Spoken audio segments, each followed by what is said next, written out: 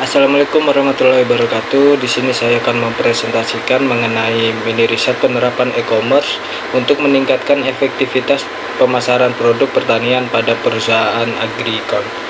Sebelum melanjutkan, saya memperkenalkan diri terlebih dahulu. Nama saya Nabil Bita Ramadan dengan NIM 200321100090. Yang pertama yaitu pendahuluan. Di era perkembangan teknologi dan komunikasi modern, pilihan untuk menggunakan sosial media marketing menjadi semakin kompleks. Pilihan terpenting bagi perusahaan saat ini ialah menggunakan media sosial telah menjadi andalan transfer informasi. Oleh karena itu, dengan memanfaatkan media sosial, perusahaan agrikon yaitu dengan memasarkan produk yang sudah diproduksi dengan memanfaatkan e-commerce untuk bisnis perusahaan tersebut. Selanjutnya yaitu teori. PT Agrikon merupakan salah satu perusahaan yang beroperasi industri agrokimia nasional terbesar di Indonesia.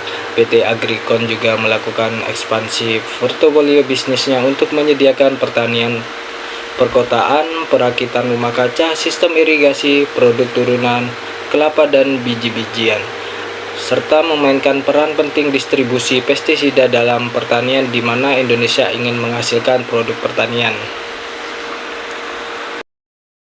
Selanjutnya yaitu jenis e-commerce. Yang pertama business to business atau B2B, yang dimana akan mencakup transaksi elektronik, barang atau jasa yang disediakan di antara perusahaan. Jenis perdagangan elektronik biasanya antar perusahaan menggunakan email dan data elektronik interchange. Proses transmisi data yang sangat terstruktur, bentuk standar yang diterima dari satu sistem komputer ke sistem komputer lainnya. Yang kedua yaitu business to consumer atau B2C, yang dimana konsumen atau individu menciptakan nilai dan perusahaan mengkonsumsi nilai ini. Misalnya jika konsumen menulis ulasan atau jika konsumen memberikan ide-ide yang berguna untuk mengembangkan produk baru, orang ini akan menciptakan nilai bagi perusahaan jika perusahaan tersebut menerima kontribusinya. Yang ketiga yaitu consumer to consumer atau C2C. Jenis tersebut melibatkan transaksi dilakukan antara seorang konsumen yang mencakup semua transaksi produk atau layanan elektronik.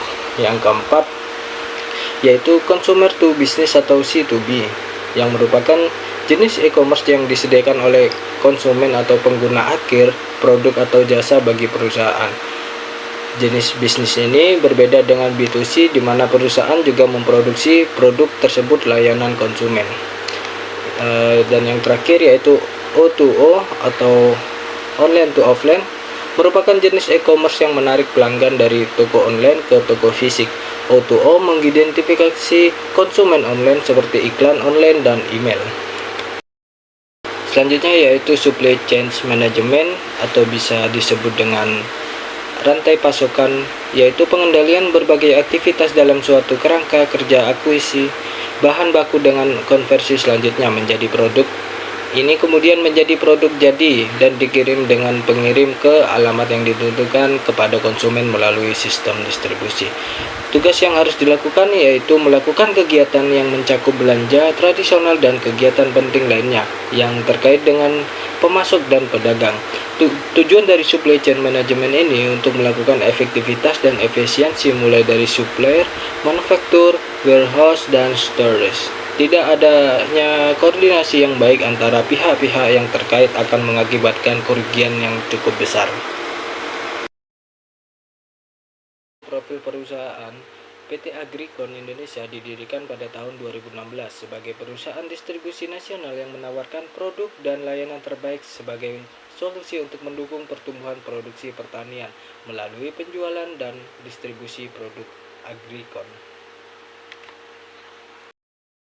Selanjutnya penerapan e-commerce. Jenis e-commerce yang digunakan pada perusahaan Agrikon yaitu business to consumer atau B2C, yang dimana Agrikon bisa menjual produk-produk yang dijual berupa produk pertanian kepada konsumen yang dapat dilalui melalui website perusahaan atau platform e-commerce dan aplikasi mobile.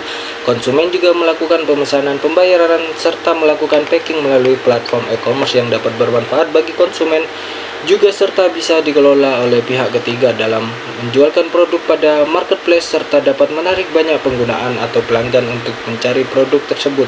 Serta jenis e-commerce B2B, perusahaan agrikon dapat membeli dan menjual produk pertanian dalam skala besar, melakukan pemesanan secara elektronik dan mengelola hubungan dengan mitra bisnis mereka.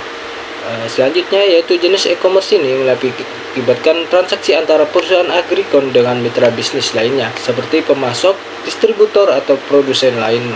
Melalui platform B2B, perusahaan agrikon dapat membeli dan menjual produk pertanian dalam skala besar, melakukan pemesanan secara elektronik dan mengelola hubungan dengan mitra bisnis mereka. Terdapat e-commerce C2C juga dapat digunakan jika perusahaan memfasilitasi transaksi antara konsumer dalam komunitas pertanian. Misalnya, perusahaan agrikon dapat menyediakan platform online di mana petani atau konsumen dapat menjual atau membeli produk pertanian secara langsung satu sama lain. Yang terakhir yaitu supply chain agrikon.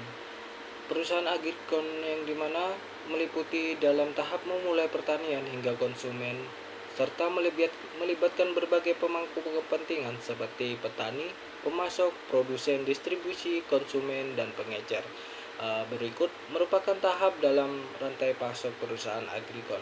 Yang pertama yaitu input dan produksi. Dalam tahap ini meliputi hasil produksi dan input pertanian seperti benih, pupuk, pestisida, dan mesin. Adanya juga yang memproduksi dalam budidaya pertanian dan peternakan.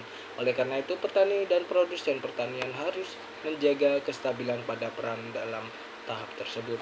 Yang kedua, panen dan pengelolaan.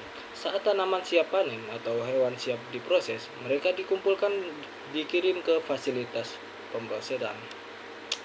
Pemrosesan dapat mencakup pembersihan, pengurutan, pengemasan, dan pengubahan produk pertanian dari mentah menjadi produk bernilai tambah seperti makanan olahan, produk susu, atau minuman.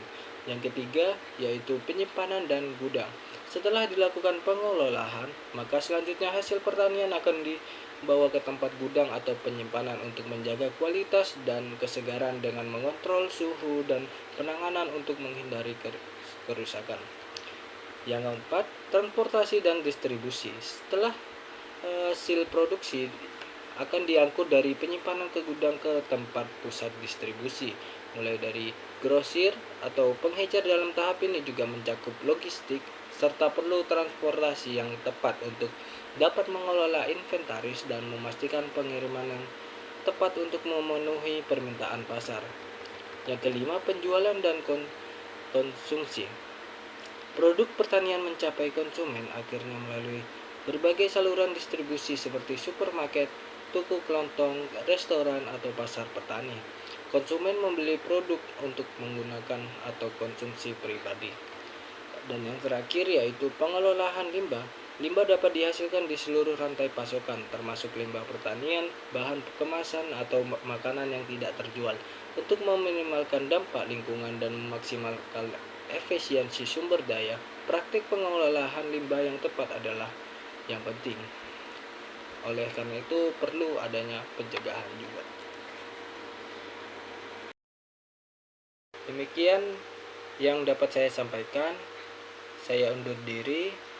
Wassalamualaikum warahmatullahi wabarakatuh.